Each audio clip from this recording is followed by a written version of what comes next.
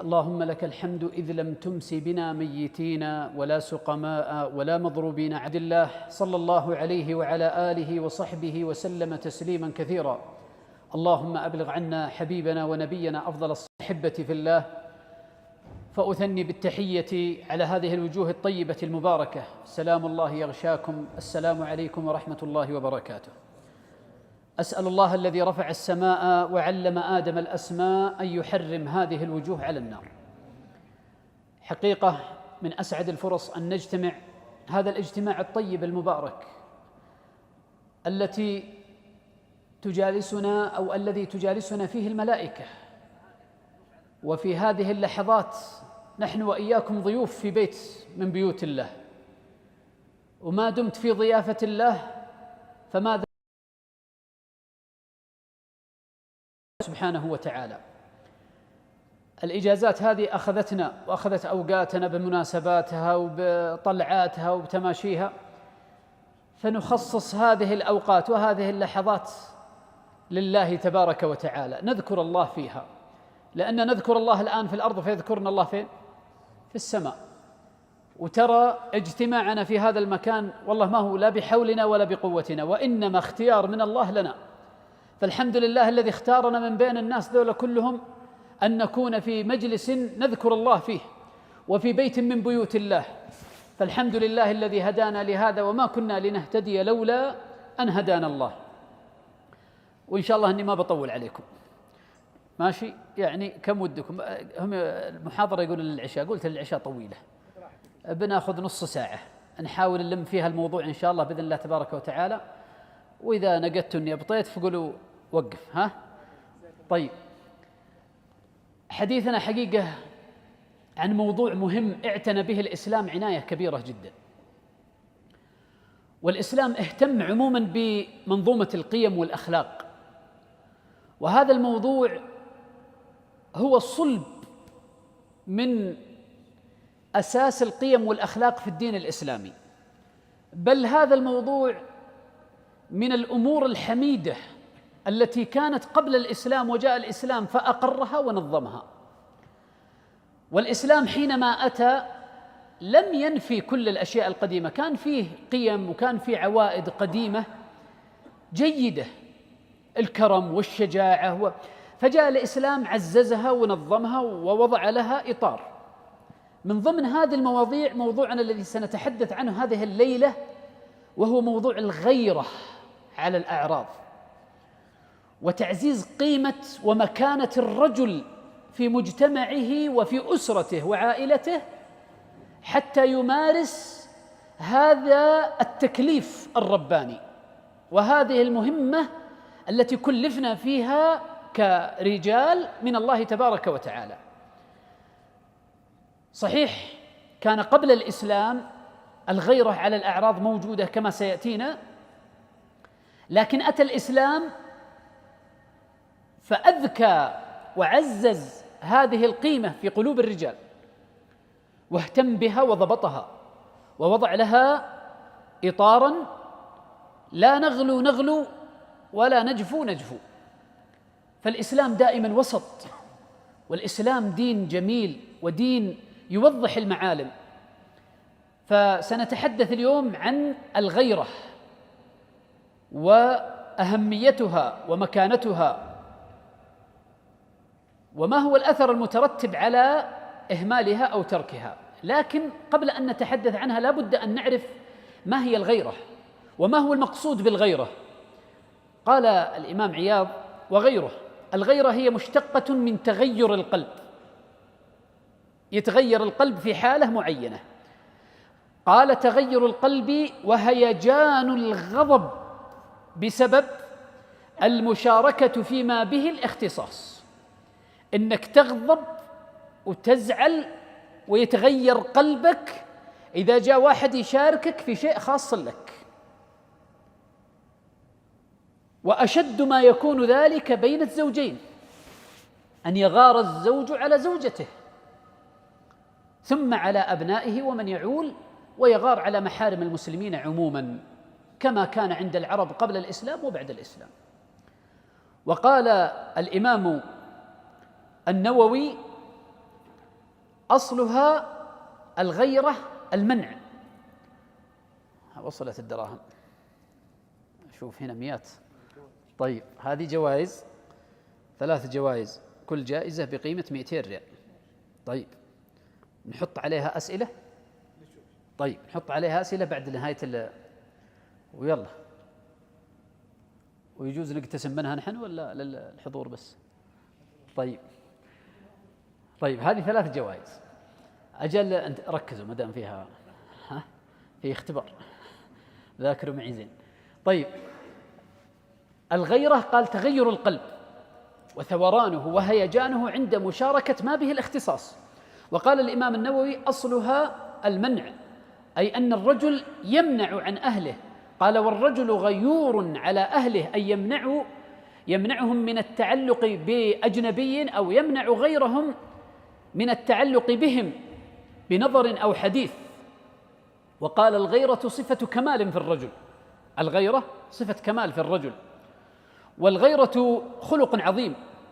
يقول العلامة بكر أبو زيد رحمه الله في كتابه حراسة الفضيلة: هي ما ركبه الله في العبد من قوة روحية تحمي المحارم والشرف والعفاف من كل مجرم وغادر.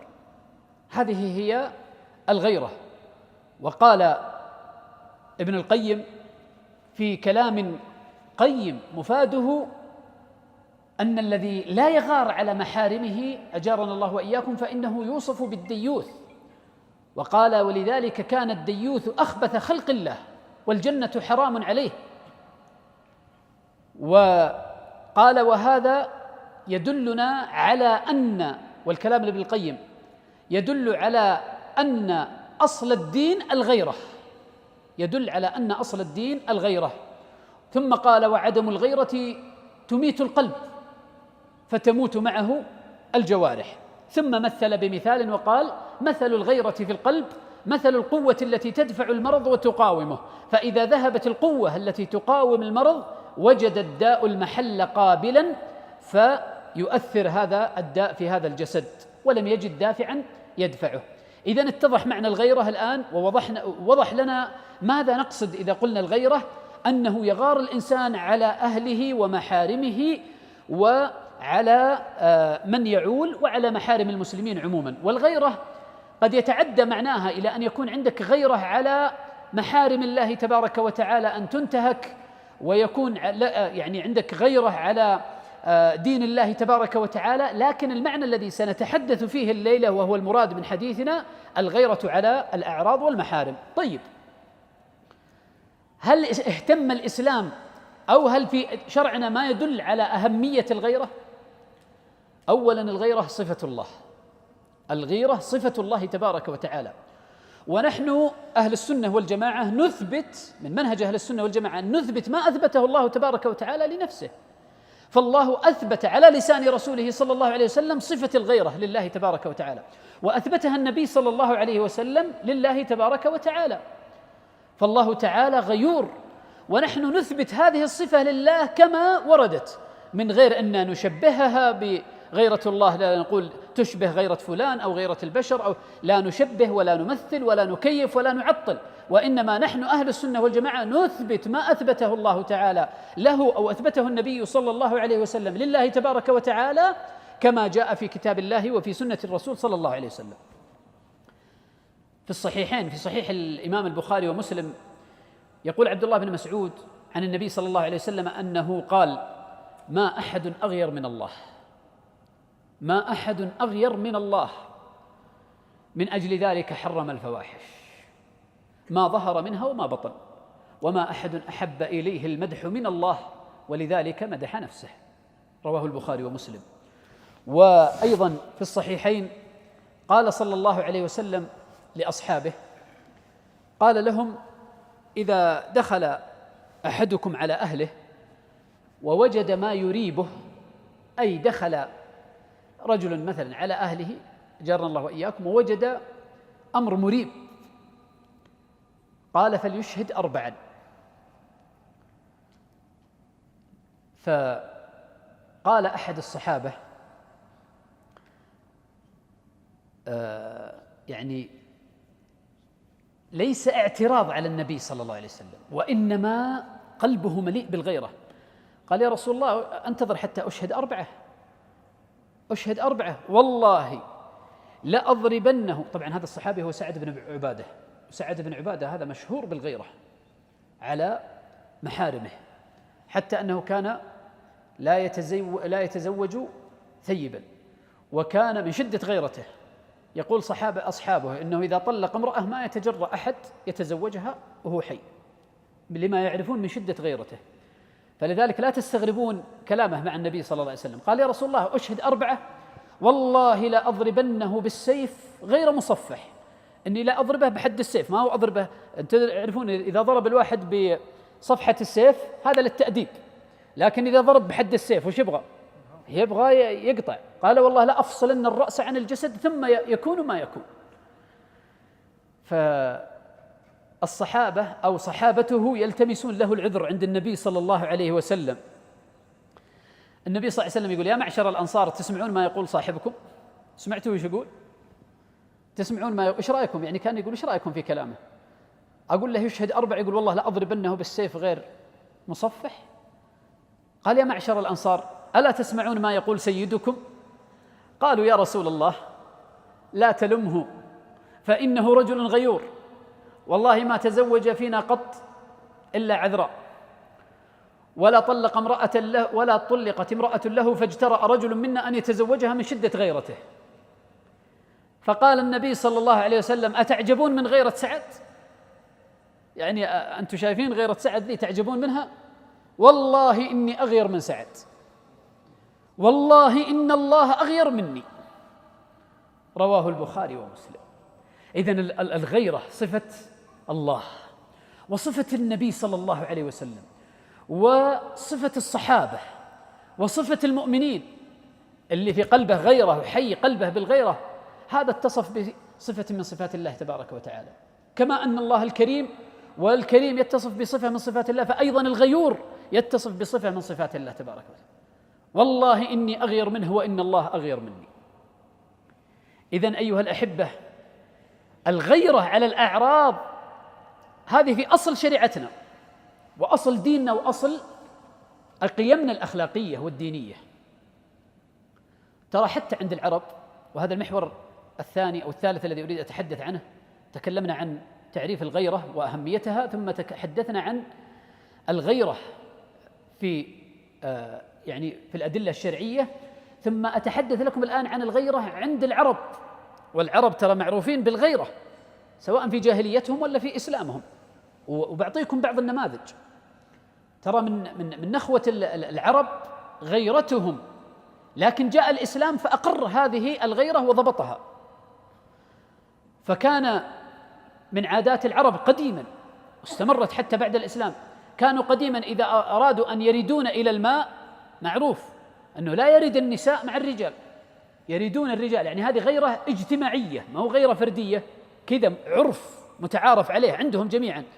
إذا أتى الرجال يريدون الماء فيأتون الرجال ويريدون الماء ويسقون سواء من الآبار أو من الركايا أو من أماكن تجمع الماء، فيسقون ويسقون رعيهم وإبلهم وغنمهم، ثم يصدرون، فيأتي بعدها النساء مجتمعات أيضا، يعني حتى لا يكون فيه إيش، يعني من شدة الغيرة عندهم، حتى لا يأتي هذا ويقابل هذه، من شدة الغيرة عند العرب، حتى أن الذي يتأخر حتى يأتون الرجال كانوا النساء، الذي يتأخر في الإيراد من الماء حتى يأتون النساء يريدون، كانوا يعتبرونه من أرذل الرجال ومن أذل الرجال.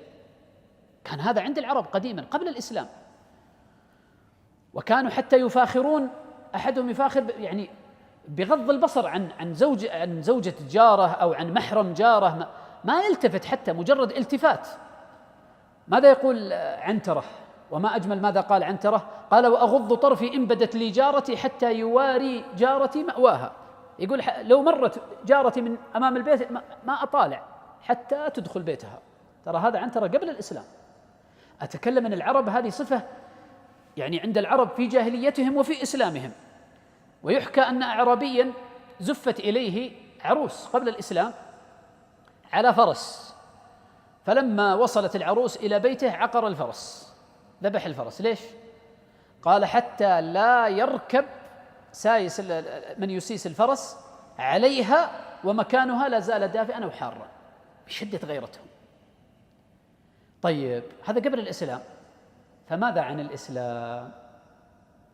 جاء الإسلام فأقر هذه الصفة ونظمها. ليش نقول نظمها؟ لأن ترى أحيانا إذا زادت عن حدها وصلت لحد سنتكلم عنها بعد شوي، لكن الإسلام نظمها، وكل شيء في الحياة وضع الإسلام له إطار. ترى ما مات النبي صلى الله عليه وسلم إلا وتركنا على المحجة البيضاء، قد بين لنا كل شيء. فلما جاء الإسلام شجعها هذه الخصلة الحميدة وشجع المسلمين عليها، كما ذكرنا قبل قليل: إن الله يغار وإن المؤمن يغار. هذا في الحديث عن النبي صلى الله عليه وسلم: إن الله يغار وإن المؤمن يغار، يعني الغيرة من صفات المؤمنين. وغيرة الله أن يأتي المؤمن ما حرم الله عليه، رواه البخاري ومسلم. وكان النبي صلى الله عليه وسلم من أشد الخلق غيرة، كان شديد الغيرة صلى الله عليه وسلم، وكذلك أصحابه من بعده عليه الصلاة والسلام. لو تكلمنا أيضا عن الغيرة عند الصحابة، عمر بن الخطاب يقول النبي صلى الله عليه وسلم: بينما أنا نائم ورأيتني في الجنة فإذا امرأة تتوضأ إلى جانب قصر. فين هذا حلم شافه، رؤيا، ورؤيا الأنبياء وحي وحق. قال: رأيت أن في قصر في الجنة وفي امرأة تتوضأ بجوار هذا القصر. فسأل النبي صلى الله عليه وسلم: لمن هذا؟ فقيل له أنها لعمر بن الخطاب رضي الله عنه وأرضاه. يقول النبي صلى الله عليه وسلم: فتذكرت غيرتك يا عمر فوليت مدبرا.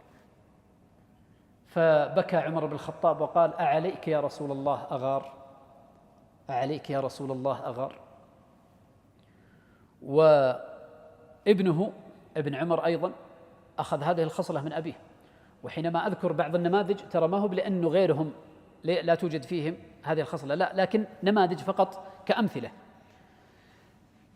سمع امرأته تكلم رجلا من وراء جدار، وما درى أن امرأته أن هذا قريب لامرأته. قال: فجمع لها جرائد النخل ثم ضربها حتى أوجعها ضربا. يعني الغيرة أحيانا، يعني عشان نعرف أهمية الغيرة وأنه لا بد أن الغيرة يعني توزن بميزان الشرع. إذا اختفت مشكلة، فلا تلوم الغيور. إذا رأيت غيور على محارمه اعرف أن هذا ماخذها من الكتاب والسنة، وأن له في ذلك سلف في الإسلام وحتى قبل الإسلام. ومعاذ بن جبل ذكر عنه أنه كان يأكل وزوجته تفاحا، فدخل غلام لهم فأعطته، بقيت من التفاحة ما كملتها فأعطته فضربها غيرة منها. ليش تعطيه تفاحة وهي قد أكلت منها؟ هذه نماذج من بعض نماذج وذكرت لكم سعد بن عبادة. وفي التاريخ الإسلامي يعني أمثلة كثيرة وشواهد كثيرة على ذلك. في سنة 286 كان القاضي موسى بن إسحاق بمدينة الري، وكان في امرأة ادعت على زوجها أنه بقي لها مهر ما أعطاها المهر كامل، ووكلت يعني زي نظام الآن المحامين أنها توكل محامي، فوكلت من يداعي لها عند القاضي.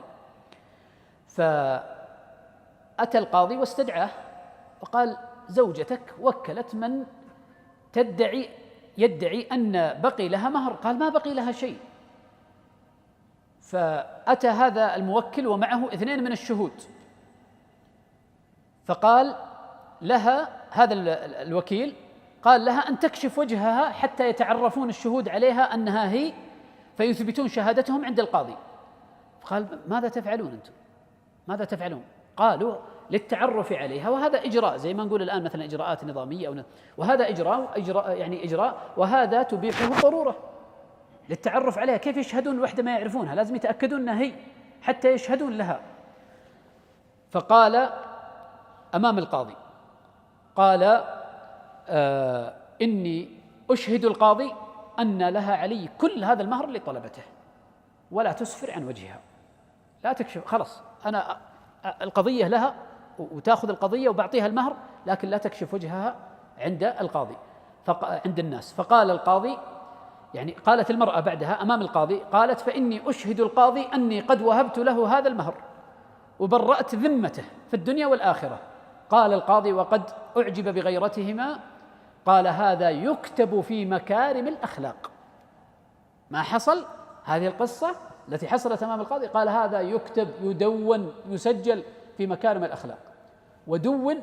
وهذا نحن الآن بعد 1300 سنة أو 1200 سنة من حصول القصة لا زلنا نذكر هذه ولا زالت موجودة في بطون كتب أهل العلم. طيب كم راح من الوقت؟ الأسئلة نحطها في النص ولا بعدين؟ هذا اختبار فترة ولا كلها اختبار نهائي مرة واحدة؟ اختبار نهائي. طيب عشان برضه ما نعيد نطول عليكم، فأحاول أني ألم الموضوع وأقول أن بعد أن عرفنا هذا التمهيد أيضا لا بد أن نعرف أن الإسلام في صبغته وفي شكله دين غيور على المحارم. نعرف هذا من خلال الأحكام والأوامر والنواهي التي أتى وجاء بها هذا الدين الإسلامي.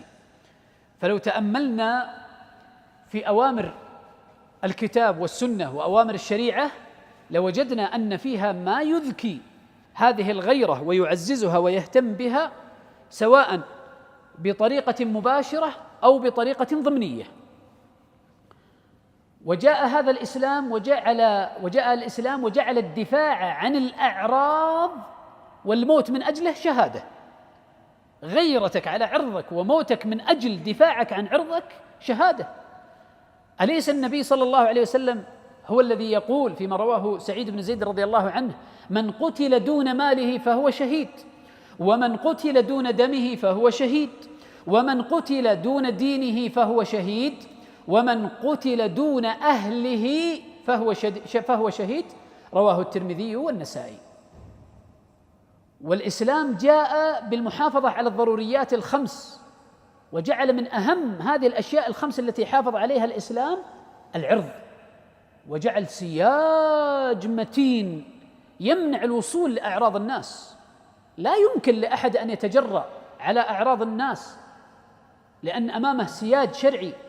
فالدين الإسلامي وضع حماية وسياج للأعراض ليست بالسهولة، وليس كل من هب ودب يتجرأ على الأعراض، لا، منع التعدي على الأعراض وجعل فيه حدود وجعل فيه أحكام شرعية مترتبة على ذلك. ثم أن الإسلام من غيرته في أحكامه على الأعراض جاءت عدة إجراءات وأوامر تعتبر أحكام شرعية. من أهمها أولاً أن الله تعالى فرض على المسلمات الحجاب ونهاهم عن إبداء الزينة أمام الرجال، وأمر المرأة بالحجاب بآيات صريحة في القرآن الكريم. والله تعالى يقول: ولا يبدين زينتهن إلا ما ظهر منها وليضربن بخمرهن على جيوبهن. هذه الآية هي نص شرعي محكم في شريعتنا. ليش؟ لحفظ الأعراض. إذن هذا الشخص الغيور لديه مستمسك شرعي، لديه ما يوجهه شرعا. إذن هذه الغيرة عبادة سواء عند الرجال أو عند النساء. والله سبحانه وتعالى يعني أمر النساء أن قال: وقرن في بيوتكن ولا تبرجن تبرج الجاهلية الأولى. هذه من المحددات لهذه الغيرة. ثانيا من الإجراءات والأوامر التي أمرنا الله سبحانه وتعالى بها في كتابه أن الله سبحانه وتعالى حرم دخول الرجال على النساء. تعزيزا لهذا المبدأ وهذه القيمة، قيمة الغيرة، وحفظا للأعراض وصيانة لها. وقال النبي صلى الله عليه وسلم: إياكم والدخول على النساء. فقال رجل من الأنصار: أفرأيت الحمو يا رسول الله؟ من هو الحمو؟ أخو الزوج. قال: الحمو الموت، حتى من أقرب أقاربك. إذن شوف كيف الإسلام رتب موضوع الغيرة وموضوع صيانة الأعراض وحمايتها. وقال صلى الله عليه وسلم: لا يخلون رجل بامرأة إلا ومعها ذي محرم، ولا تسافر المرأة إلا مع ذي محرم.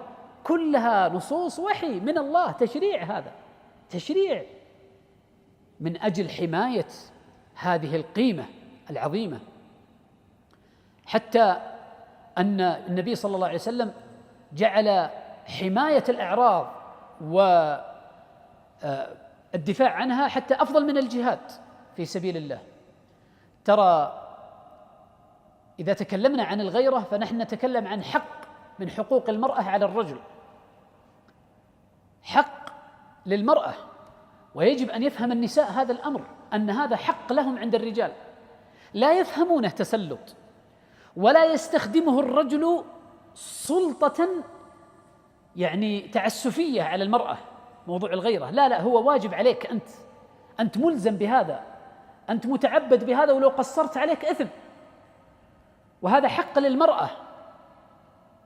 فيجب أن المرأة إذا رأت من زوجها هذا الأمر أنها تفرح، أنها تمكن، وأنه تعطى حق من حقوقها، وليس ممارسة سلطة تعسفية عليها.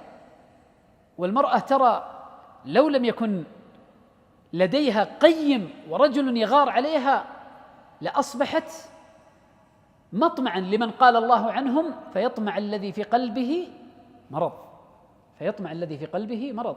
شفتوا شريعتنا ما أحسنها، شفتوا التنظيم الرباني ما أجمله. أبشروا بالخير، ما دمنا متمسكين بهذا الدين فنحن على الطريق القويم. أنا قلت إنها أفضل من الجهاد في سبيل الله. رجل جاء للغزو مع النبي صلى الله عليه وسلم، واكتتب في الغزو مع النبي صلى الله عليه وسلم، وأتى إلى النبي صلى الله عليه وسلم. فالنبي صلى الله عليه وسلم طبعا هو أخبر النبي صلى الله عليه وسلم أن امرأته خرجت للحج، أنها خرجت حاجة. قال: وإني اكتتبت في غزوة كذا وكذا. قال: انطلق فحج مع امرأتك، اترك الغزوة وروح حج مع امرأتك. شفتوا كيف؟ وهي بتروح فين؟ تروح عبادة، تروح حج، بتروح ركن من أركان الإسلام. اترك الجهاد واترك الغزوة وروح حج مع امرأتك. هذا النبي صلى الله عليه وسلم يذكي في قلوبنا حفظ وحماية هذا السياج المتين. ولذلك أوصى أيضا الشريعة، أوصت بالحياء. وأظن الشيخ تكلم أمس عن موضوع الحياء، وكما قال النبي صلى الله عليه وسلم أن الحياء من الإيمان، الحياء من الإيمان. وحرص الشرع على حماية الأعراض، كما ذكرنا أن من قتل دون عرضه فهو شهيد. وأيضا بعد ذلك خامسا من الإجراءات الشرعية أمرنا الله بغض البصر، سواء الرجال عن النساء أو النساء عن الرجال. فأمر الله بغض البصر، وآيات صريحة في القرآن. ليش؟ ما يحق لك تمد عينك شيء ما هو لك، حتى بصرك ما يعني مجرد النظر ممنوع، تغض بصرك، لأن الإسلام حفظ حق ذلك الرجل في أهله، وحفظ حق تلك المرأة في نفسها، فمنعك أنك تمتد عينك حتى مجرد النظر. وآيات غض البصر في القرآن والأحاديث كثيرة، وليس هذا مجال ذكرها، ولكن استشهاد. الله سبحانه وتعالى يقول: قل للمؤمنين إيش؟ يغضوا من أبصارهم ويحفظوا فروجهم ذلك أزكى لهم إن الله خبير بما يصنعون. وقال: وقل للمؤمنات يغضضن من أبصارهن، في مفهوم خاطئ عند النساء أنه غض البصر بس للرجال، حتى المرأة ما يجوز لها تنظر للرجال. من الذي أباح لها؟ عبد الله بن مكتوم دخل على النبي صلى الله عليه وسلم، وكانت عند النبي صلى الله عليه وسلم أم سلمة يعني فقال لها النبي صلى الله عليه وسلم، أم سلمة وميمونة، فقال لهما النبي صلى الله عليه وسلم احتجبا. فابن أم مكتوم كان أعمى، تعرفون أعمى ما يبصر، هم فقط ينظرون إليه وهو ما بيشوفهم، ما ينظر إليهم. قال فبينما نحن عنده أقبل ابن أم مكتوم فدخل عليه، وذلك بعدما أمرنا بالحجاب. هذا أم سلمة تقول رضي الله عنها. فقال رسول الله صلى الله عليه وسلم احتجبا منه. احتجبا منه كيف يعني احتجبا منه؟ هو ما بيشوفنا، نتحجب عشان ما يشوفنا؟ لا، الهدف أنتم الآن كمان ما تنظرون إليه. احتجبا منه. تقول أم سلمة فقلت يا رسول الله أليس هو أعمى ولا يبصرنا ولا يعرفنا؟ ما يدري أصلا أننا موجودين. فقال رسول الله صلى الله عليه وسلم أفعموايان أنتما، يعني أنتما عندكم عيون طالعون، أفعموايان أنتما ألستما تبصرانه؟ إذن الحديث هنا لمن؟ له ولا لهما؟ للنساء. إذن غض البصر للرجال وللنساء، كما أن يعني الإسلام حفظ حق الرجل في زوجته، فهو أيضا حفظ حق المرأة في زوجها. فمن حفظ حق المرأة أنها أيضا لا تنظر إلى أحد أو لا ينظر أحد إليها من الرجال، وكذلك الرجال لا ينظرون إلى النساء ولا ينظروا إليهم. طيب، فيه ما دعت إليه الضرورة وإلى آخره، هذا ليس مجال حديثنا، لكني أتكلم كلام عام أن الأصل غض بصر الرجال، يغضون بصرهم عن النساء، القاعدة الشرعية، وأن النساء يغضون أبصارهن عن الرجال. طيب، سادسا من الإجراءات التنفيذية التي أو خلونا نقول التشريعية، لأنها تشريع من الله سبحانه وتعالى، التي أمرنا الله بتنفيذها، هي أيضا عدم خضوع النساء بالكلام للرجال. نهى المرأة أنها إذا تكلمت واحتاجت أنها تتكلم مع الرجل، إذا احتاجت، أما إذا ما احتاجت فلا تتكلم مع الرجال، لكن إذا احتاجت فلا تخضع بالقول، تكلم بكلام مختصر يؤدي الرسالة. تعرفون قصة موسى؟ فجاءته إحداهما تمشي على إيش؟ استحياء، بس كلمتين ورد غطاها، إن أبي يدعوك ليجزيك أجر ما سقيت لنا، بس ولا في خضوع بالقول ولا في أخذ ولا في مقدمات ولا في عطاء ولا في خلاص. من اللي وضع التشريعات هذه؟ أليس الله سبحانه وتعالى؟ أليس أعلم منا وأحكم بما يصلح لنا؟ طيب، إذن حتى نختصر، كل مرة أقول بختصر وعينا لا نختصر. طيب خلاص، إذن ننتقل للنقطة الأخيرة، وهي موضوع الاعتدال في الغيرة. أنا خصصت لهذا محور. ليش الاعتدال في الغيرة؟ قلنا أن الإسلام جاء وضبط هذه القيمة بضوابط شرعية، وسمعتها أو سمعت جزءا منها، أو حاولت أني أركز على صلب الموضوع وأكثر ما يتعلق بهذا الموضوع. طيب، في كلام لابن القيم يعطينا ميزان علينا وعليه رحمة الله، ميزان ممتاز جدا لموضوع الغيرة. قال وغيرة العبد محبوبة، وغيرة العبد محبوبة، يعني هذا أمر محبوب. وقيل غيرة العبد على محبوبه، على الشخص الذي يحبه، لكن سواء كنت تحب أو ما تحب، ما دام لك ولاية عليه فغيرتك عليه واجبة. قال نوعان، المهم أنه يقول الغيرة نوعان: غيرة محمودة يحبها الله، وغيرة مذمومة يكرهها الله.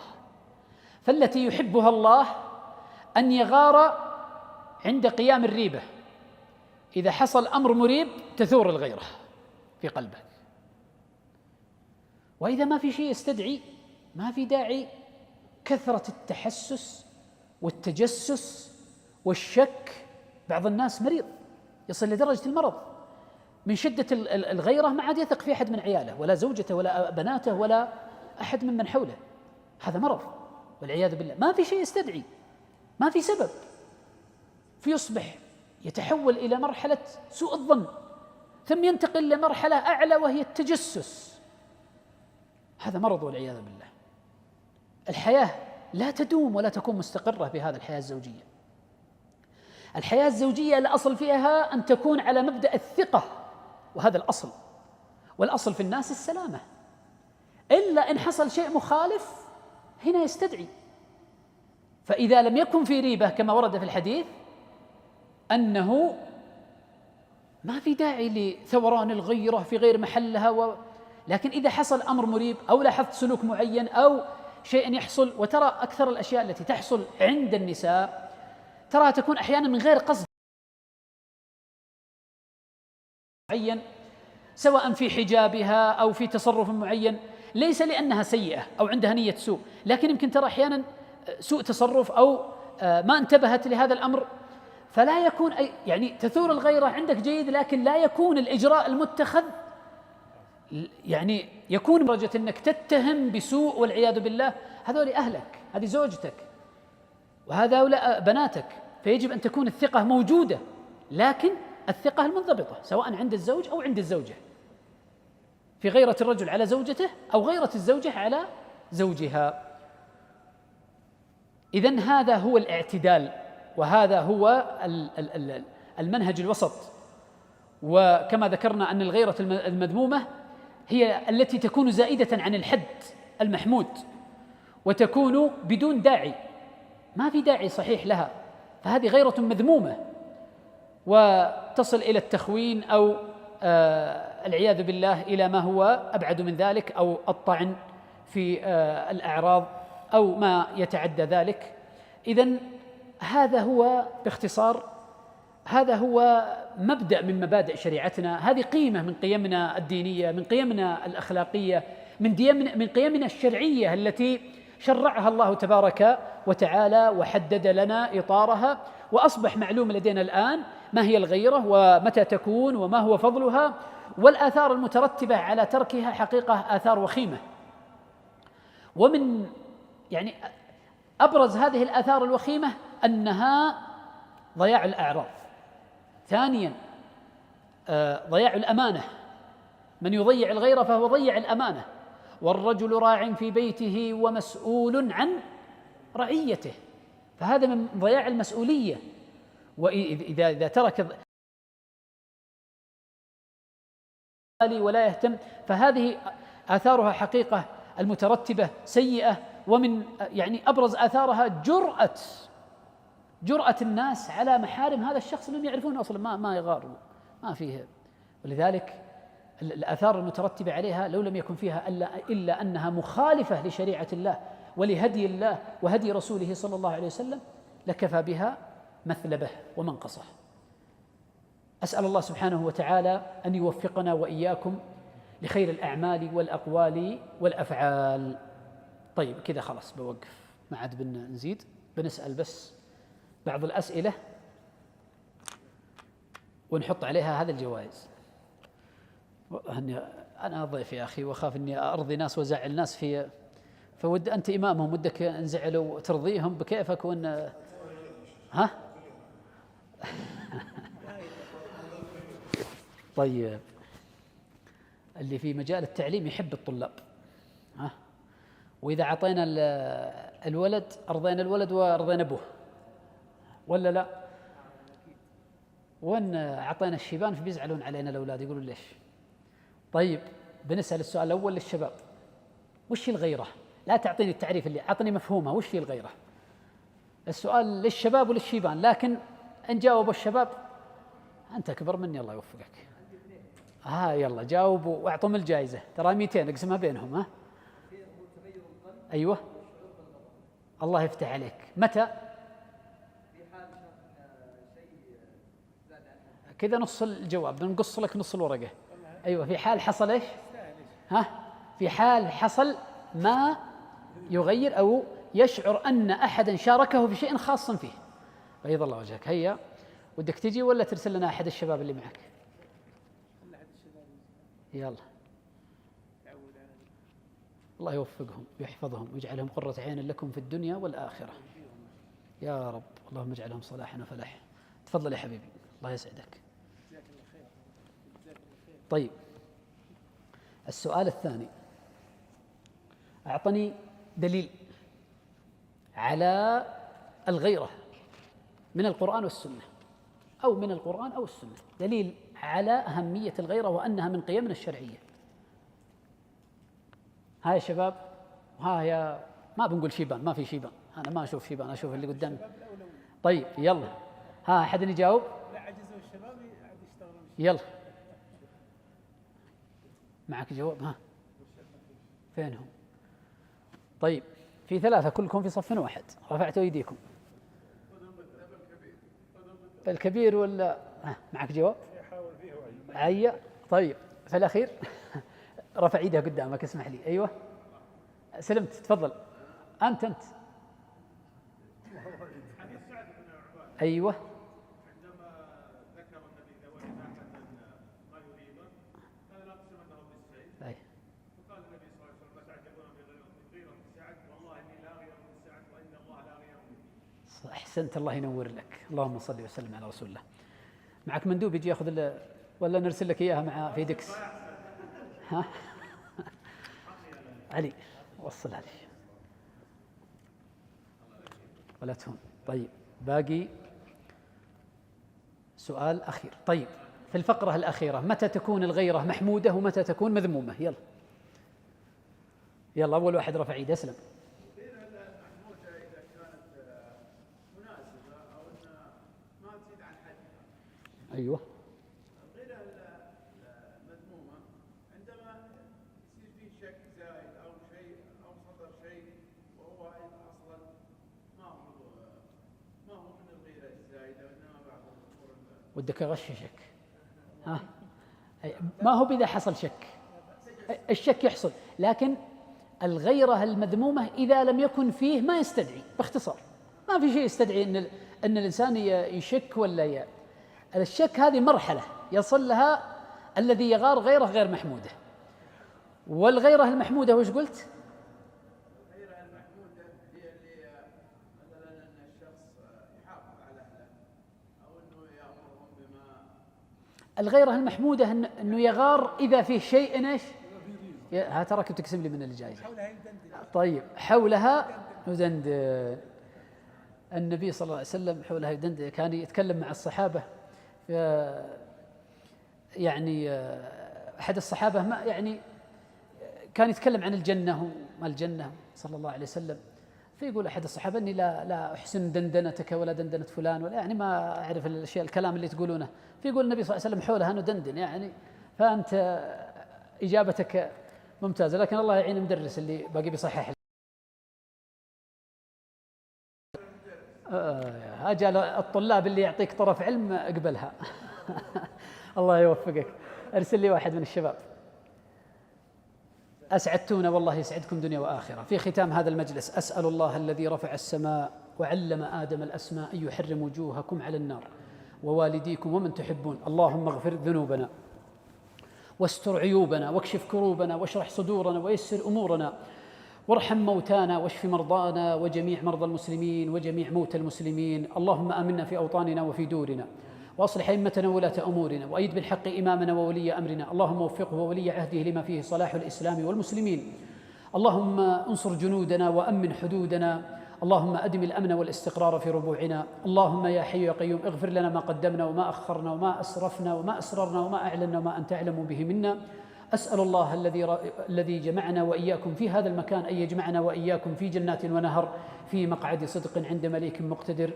وصلى الله وسلم على نبينا محمد وعلى آله وصحبه وسلم تسليما كثيرا. جمعية الدعوة والإرشاد وتوعية الجاليات بأبها، بالدعوة نحيا.